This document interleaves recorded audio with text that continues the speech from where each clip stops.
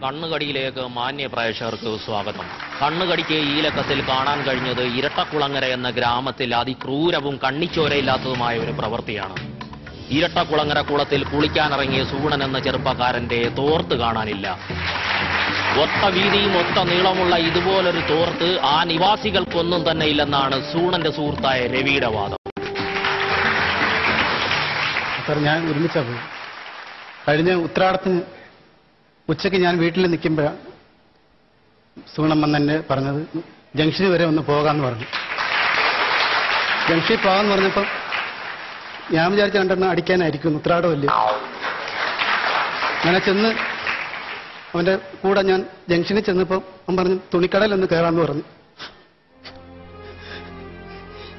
തുണിക്കട കയറിച്ചിട്ട് അവൻ പറഞ്ഞു എനിക്ക് തോർത്ത് മേടിക്കണമെന്ന് പറഞ്ഞു. അങ്ങനെ ഞങ്ങൾ രണ്ടും കൂടെ ചെന്ന തോർത്ത് വാങ്ങിച്ചത്.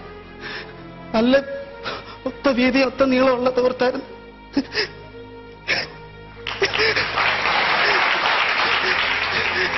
ഞാൻ വാങ്ങിച്ച തോർത്തായിരുന്നെങ്കിൽ ഇച്ചിരി കണ്ണിയൊക്കെ അകന്നങ്ങ് ഇരുന്ന്. പക്ഷെ അവൻ വാങ്ങിച്ചത് അവൻ 12 രൂപ പൈസയുടെ തോർത്താ വാങ്ങിച്ചത്. നല്ല തോർത്തായിരുന്നു. അവന് വന്ന പോലെ ആർക്കും ഈ ഗതി ആർക്കും വരുത്തരുത്. എന്താ ഉടുത്തോടുത്തിരിക്കുമായിരുന്നു ആ തോർത്ത്. അതാ ഇപ്പോഴും ആ തോർത്ത് അന്വേഷിച്ച് നടക്കേണ്ടി വന്നത്. അത്രയ്ക്ക് ജീവനായിരുന്നു അവൻ. രാവിലെ എടുക്കുമ്പോ തോർത്തെടുക്കുന്ന നെമ്പുര.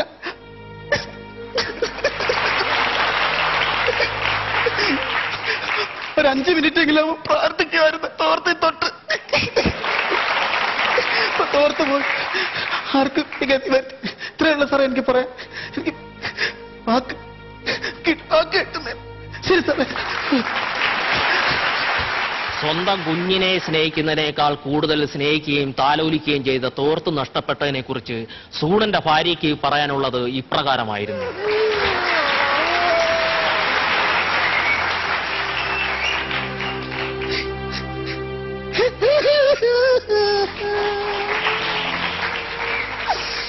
എനിക്ക് സുഗുണന് 2 മക്കളാണ്. പക്ഷെ ആ മക്കളെക്കാളി അങ്ങനെ കിട്ടാൻ തോർത്തായിരുന്നു. ആ തോർത്തില്ലാത്ത സുഗുണനെ കാണുമ്പോ എനിക്ക് സഹിക്കൂലേ. അയ്യോ, ആ തോർത്തില്ലാത്തോണ്ട് ഞങ്ങൾ കുളിച്ചിട്ട് എത്ര നാളെന്നറിയോ.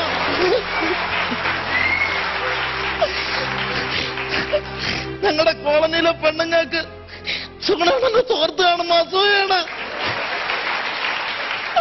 അവളെ ഭർത്താക്കന്മാരെ തോർത്ത് കണ്ട അവക്കൊന്നും അസൂയല്ല. എന്റെ മക്കൾക്ക് സ്കൂളിൽ പോവാൻ വയ്യ. സ്കൂളിൽ ചെല്ലുമ്പോ പിള്ളേരും ടീച്ചർമാരെല്ലാം ഇട്ട് കളിയാക്കും തോർത്തിന്റെ പേരും പറഞ്ഞ്. നിന്റെ അച്ഛന് തോർത്തില്ലല്ലോ, നിന്റെ അച്ഛന് തോർത്തില്ലല്ലോ എന്ന് പറഞ്ഞ് ഞങ്ങൾ പോലീസ് കേസ് കൊടുത്ത്. പക്ഷെ പോലീസിന്റെ ഭാഗത്തുനിന്ന് ഇത്ര നാളായിട്ട് ഞങ്ങൾക്ക് അനുകൂലമായിട്ടൊന്നും വന്നിട്ടില്ല. ഇനിയെങ്കിലും തോർത്തുള്ള ഭർത്താക്കന്മാരുള്ള ചേച്ചിമാരുടെ അപേക്ഷ ഭർത്താവിന്റെ തോർത്ത് പോവാതെ സൂക്ഷിക്കണേ. ഇങ്ങനെ ഒരു ഗതി വരരുത്. ഇത്ര പറയാനുള്ളൂ. സൂണനോടൊപ്പം കുളിച്ച വാസുവിനെ സംശയിച്ച് ഞങ്ങൾ വാസുവിന്റെ വീട്ടിലെത്തി. വാസുവിന് പറയാനുള്ളത് ഇപ്രകാരമായിരുന്നു. എന്താ ഇത് മനഃപൂർവ്വം സാറേ, മനഃപൂർവ്വം. ഞാൻ എടുത്ത കാര്യമല്ല സാറേ ഇത്. സത്യം ഞാൻ എടുത്തിട്ടില്ല. തോർത്ത് ഞാൻ എടുത്തിട്ടില്ല. ഇത് 12 വർഷം എന്നെ അകത്താക്കാനുള്ള പരിപാടി അവർ കാണിക്കുന്നത്. ഞാൻ എടുത്തിട്ടില്ല ഒരു തോർത്ത്. എനിക്കെന്താ വേറെ തോർത്ത് സാറേ? ഞാൻ ചെറുപ്പം മുതൽ ഞാൻ തോർത്തെടുത്ത് കുളിക്കാൻ തുടങ്ങിയവനെ അറിയോ. ഞാൻ ഇന്നും നേരം തോർത്ത് കാണാൻ തുടങ്ങിയവനല്ല. എനിക്കിപ്പോ 10-54 വയസ്സുണ്ട്. എനിക്കിപ്പോ അറിയോ, എന്റെ 17ാമത്തെ വയസ്സിൽ എന്റെ അച്ഛൻ മേടിച്ചെന്ന അടിപൊളി തോർത്ത് എന്റെ ഇരിപ്പുണ്ട്. ഞാൻ അത് വെച്ചാൽ ഇപ്പോഴും കുളിക്കുന്നത്. മീന്റെ കൊത്തെന്തോന്ന് ഞാൻ ഇതിൽ അറിഞ്ഞിട്ടില്ല. വെള്ളത്തിൽ ഇറങ്ങിയാൽ മീന്റെ കൊത്തെന്തോന്ന് ഞാൻ അറിഞ്ഞിട്ടില്ല. ഒരു കൊത്ത് പോലും കൊള്ളിക്കാതെ എന്റെ തോർത്ത് എന്നെ സംരക്ഷിച്ചുകൊണ്ടിരിക്കുക. പിന്നെ അങ്ങനെ തോർത്ത് എന്റെ കൂടെ ഉള്ളപ്പോൾ ഞാൻ അയാളുടെ തോർത്തെടുക്കണം. എനിക്ക് അത് മാത്രമല്ല, എനിക്ക് വേറെ വരുമാനമുണ്ട്. അതിന്റെ ഈ വിഷമം. എന്റെ തോർത്തിനോട് അവർക്ക് അസൂയ. അവർക്ക് വേണമെങ്കിൽ ഞാൻ കൊടുത്തേക്കാം തോർത്ത്. അത്രയ്ക്ക് അസൂയ അവിടെ സാറേ സംസാരിക്കണം. ഞാൻ തോർത്ത് തന്നേക്കാം, അവർക്ക് കൊടുത്തേരെ. എന്റെ തോർത്ത് ഞാൻ തന്നെ കൊടുത്തേരെ. നല്ല അടിപൊളിയായിട്ടുള്ള എന്റെ ഈ തോർത്ത് കണ്ടിട്ടായിരിക്കും അവർക്ക് അസൂയെങ്കിൽ അവരെടുത്തോട്ടെ. ഞങ്ങൾ കൊടുത്തേക്കാം തോർത്ത്. എനിക്ക് വേറെ വരുമാനം ഉണ്ടെന്ന് ഞാൻ പറഞ്ഞത് വേറെ ഒന്നുമല്ല. നമ്മുടെ താലൂക്ക് ആശുപത്രിയിൽ സാർ വിഷമം കൊണ്ടാ തെറ്റിപ്പോന്നു. താലൂക്ക് ആശുപത്രിയിൽ രോഗികളെ ബോധക്കെടുത്താൽ എന്റെ തോർത്ത് അവർ ഡോക്ടർമാർ വന്ന് ഇടയ്ക്കിടയ്ക്ക് വാങ്ങിച്ചുകൊണ്ട് പോകാറുണ്ട്. ആ രീതിയിൽ എനിക്ക് വരുമാനം വരുന്നുണ്ട്. അതുകൊണ്ടാണ് ഇവർക്ക് ഇത്ര കണ്ണുകടി. അല്ലെ പിന്നെ എന്നെ ഇങ്ങനെ പറയേണ്ട കാര്യം എന്താ?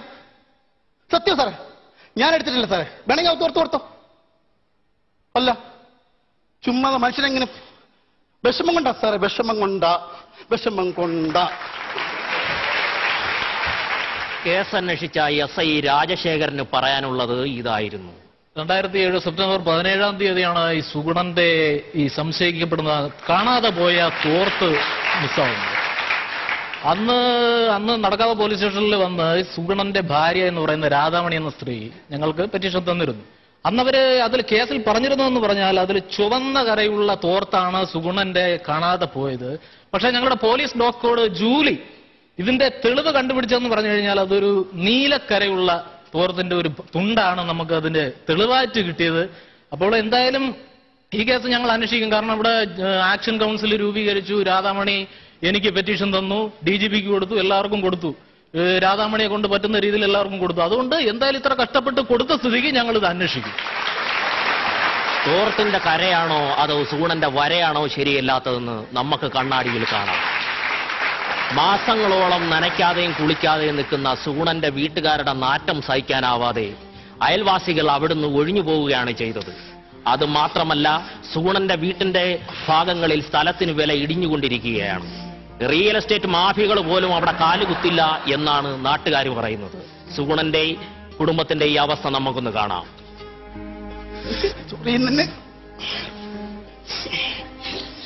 പിള്ളേർ പാറക്കല്ലിൽ കിടന്ന് ഉരുളുന്നു.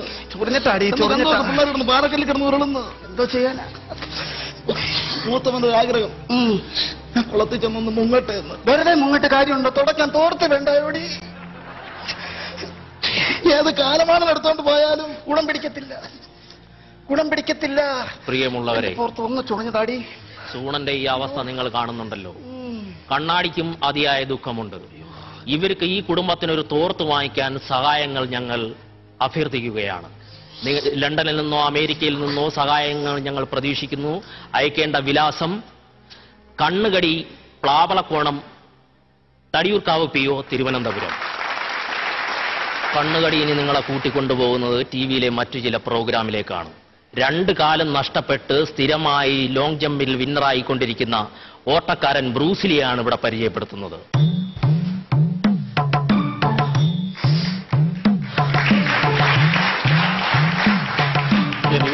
ലോട്ടറി കച്ചവടമാണ്.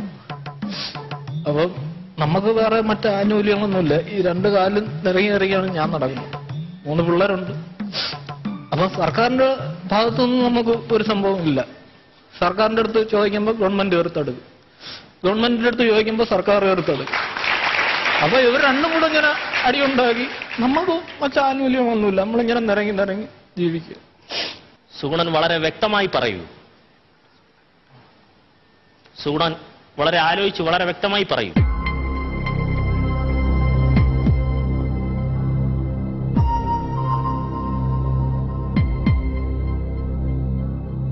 സാർ അവിടെ ചെറുതായിട്ടൊന്ന് തെറ്റിയവിടെ ഒന്ന് കട്ട് ചെയ്തെടുക്കണം സാർ.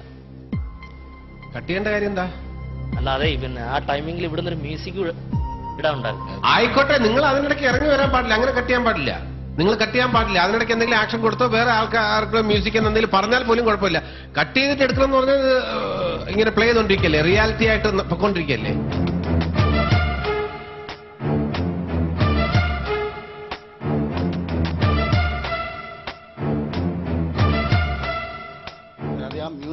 ഇവിടുത്തെ തെറ്റല്ലേ? അതെ, മ്യൂസിക് അവരുടെ മിസ്റ്റേക്ക് ആയിരിക്കാം. മ്യൂസിക് എന്ന് പറഞ്ഞിരുന്നാൽ നിങ്ങൾ കമ്മ്യൂണിക്കേറ്റ് ചെയ്തിട്ടുണ്ടെന്ന് ഞങ്ങൾക്ക് അറിയാൻ പറ്റില്ല. ജഡ്ജസ് എന്ന നിലയിൽ ഞങ്ങൾക്ക് അറിയാൻ പറ്റില്ല.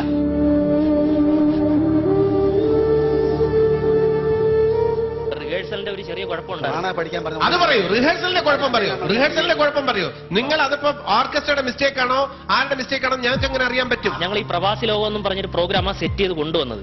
അപ്പൊ ഗ്രൂമിങ്ങിന് ഞങ്ങളെ കേൾപ്പിച്ചപ്പോഴത്തേക്ക് ഇവര് പറഞ്ഞു അത് നരിയാപുരം വേണു ടീമും ചെയ്യുന്നുണ്ട് എന്ന് പറഞ്ഞ് മാറ്റിച്ച്. അപ്പൊ പെട്ടെന്ന് ഞങ്ങൾ ഒരു കോമഡി ഉണ്ടാക്കിയപ്പോഴത്തേക്ക് റിഹേഴ്സലിനുള്ള ടൈമൊന്നും. ഇതൊക്കെ പ്രേക്ഷകർക്ക് അറിയേണ്ട കാര്യമില്ല. ഇത് നിങ്ങൾ സോൾവ് ചെയ്യേണ്ട വിഷയങ്ങളാണ്. നിങ്ങൾ ഇറങ്ങി വന്നത് എന്തിന്? ഇറങ്ങി വന്നിട്ട് കട്ട് ചെയ്തിട്ട് എടുക്കണം എന്ന് പറയാൻ നമ്മൾ ഒരു സാറേ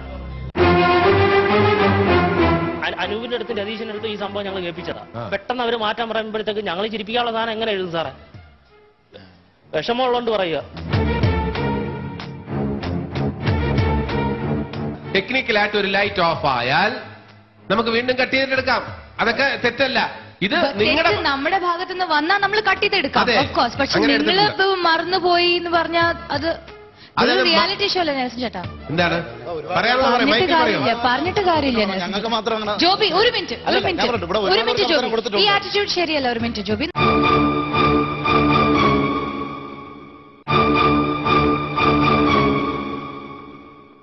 സംസാരിച്ചുകൊണ്ടിരിക്കുകയാണ്.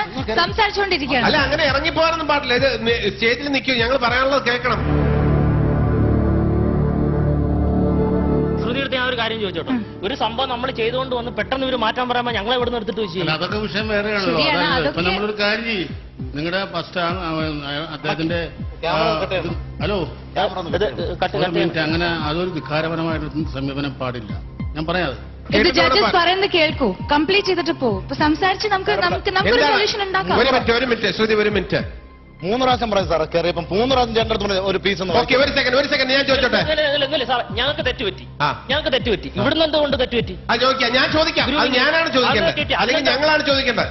അത് ചോദിക്കട്ടെ. നിങ്ങളടുത്ത് പറഞ്ഞിരുന്നോ? ഓർക്കസ്ട്രയോട് പറഞ്ഞിട്ടില്ല. നെൽസൺ ചേട്ടാ ഒന്ന് പറയൂ, ഓർക്കസ്ട്രയോടൊന്നും പറഞ്ഞിട്ടുണ്ടായിരുന്നില്ലല്ലോ മ്യൂസിക്കിനെ പറ്റി. ഓർക്കസ്ട്ര മറന്നുപോയാൽ തന്നെ സോൾവ് ചെയ്യാൻ പറ്റുന്നതാണോ?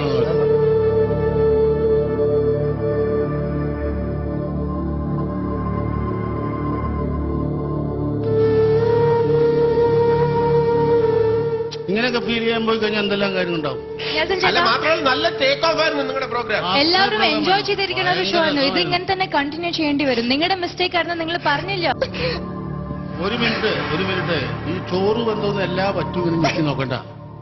ഒറ്റ പറ്റി എനിക്ക് നോക്കിയാൽ മതി. അതുപോലെ അത് കണ്ടിട്ട് ഞാൻ അത്ഭുതപ്പെട്ടിരിക്കുന്നു സത്യം പറഞ്ഞാൽ. അല്ലേ, നിങ്ങൾ കണ്ടിന്യൂ ചെയ്യണം പ്ലീസ്. അല്ല, അങ്ങനെ ഫീൽ ചെയ്താൽ നമുക്കും ഫീൽ ചെയ്യില്ല. കാരണം അങ്ങനെ ഒരു ആർട്ടിസ്റ്റിന് പാടില്ല. ഇതുവരെ നല്ല മാർക്കൊക്കെ മേടിച്ചിട്ടുണ്ടാവും. അതെ അത് കുഴപ്പമില്ല. ആ ഫീലായിരിക്കാം. അത് കുഴപ്പമില്ല. ഇതിന് മോശം മാർക്കെന്ന് നിങ്ങൾ ഇപ്പോഴേ അങ്ങ് നിങ്ങളെ മുൻവിധി എഴുതുന്നത് എന്തിനാണ്? ഇടയ്ക്ക് വെച്ചിട്ട് നിന്ന് പോയില്ലേ സാറേ? അത് ജഡ്ജസ് ഒരു കാര്യം മനസ്സിലാക്കണം. അങ്ങനെ നിന്ന് പോയിട്ടുണ്ടെങ്കിൽ തന്നെ അത് വേറെ രീതിയിൽ പ്രസന്റ് ചെയ്യുന്നെങ്കിൽ ഇവിടെ എന്നോട് പറയാതെ അത് പ്രേക്ഷകരോട് ക്ഷമിക്കണം. എല്ലാത്തിനും ഇങ്ങനെ ചാടി സംസാരിക്കരുത്.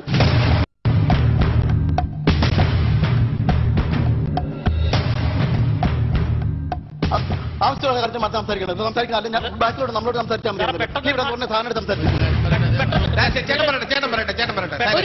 മൊണോഫോൺ കോമഡി എന്ന് പറയുന്നതിന്റെ ഒരു വലിയൊരു ബുദ്ധിമുട്ട് വരും മാനസികമായിട്ടും. എല്ലാവർക്കും നമ്മളൊക്കെ ആർട്ടിസ്റ്റുകളാ. ഇതൊക്കെ എന്താ ഇങ്ങനെ കാണിക്കുന്നത്? ഇതുവരെയായിട്ട് നിങ്ങൾ ശരിക്കും പെർഫോം ചെയ്യണ്ടായിരുന്നു. തുടക്കത്തിൽ തൊട്ട് ഇതുവരെയായിട്ട് ഓക്കെ പെർഫോമൻസ് ആയിരുന്നു. ഓഡിയൻസ് എൻജോയ് ചെയ്യണ്ടായിരുന്നു. ഇപ്പൊ ഇടയ്ക്ക് കട്ട് എന്തിനാ വിളിച്ചത്? നിങ്ങൾ പ്രിപ്പയർ ചെയ്ത് നിങ്ങൾ കണ്ടിന്യൂ ചെയ്യൂ. ബാക്കി ഈ കഥ ഇപ്പൊ ജഡ്ജസ് അറിഞ്ഞില്ലേ? അവര് ഡിസൈഡ് ചെയ്യും. അവര് ഡിസൈഡ് ചെയ്യട്ടെ മാർക്സും കമന്റ്സ് ഒക്കെ. അതെങ്ങനെ അതെന്തിനാ നിർത്തണം? തീരുമാനം ഞങ്ങളാണ് എടുക്കേണ്ടത്. നിങ്ങൾക്ക് എന്താ വേണ്ടതെന്ന് വ്യക്തമായിട്ട് പറയൂ. അല്ലല്ല, ഞങ്ങൾ പിന്മാറാൻ തീരുമാനിച്ചു.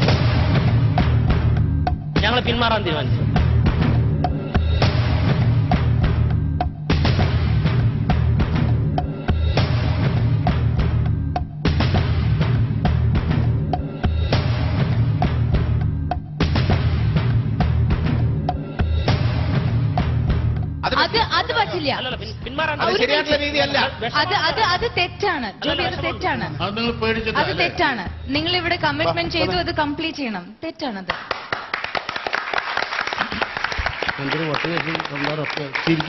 എല്ലാവരും ക്ഷമിക്കണം. ജഡ്ജസ് ക്ഷമിക്കണം. ഓഡിയൻസ് ക്ഷമിക്കണം. ഇത് VIP ടീമിന്റെ തരിവിട എന്നൊരു ചെറിയ പ്രോഗ്രാമാണ്. ഇഷ്ടപ്പെട്ടെങ്കിൽ എല്ലാവരും ഒന്ന് കൈയടി.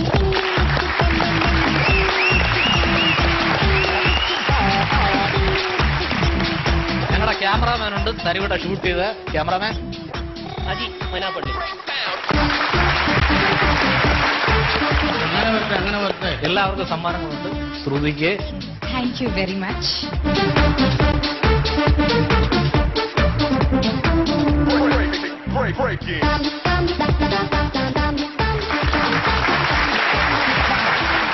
Time for another small break before ending the program. Stay tuned to Vodafone Comedy Stars. നിങ്ങൾ കുറെ നേരം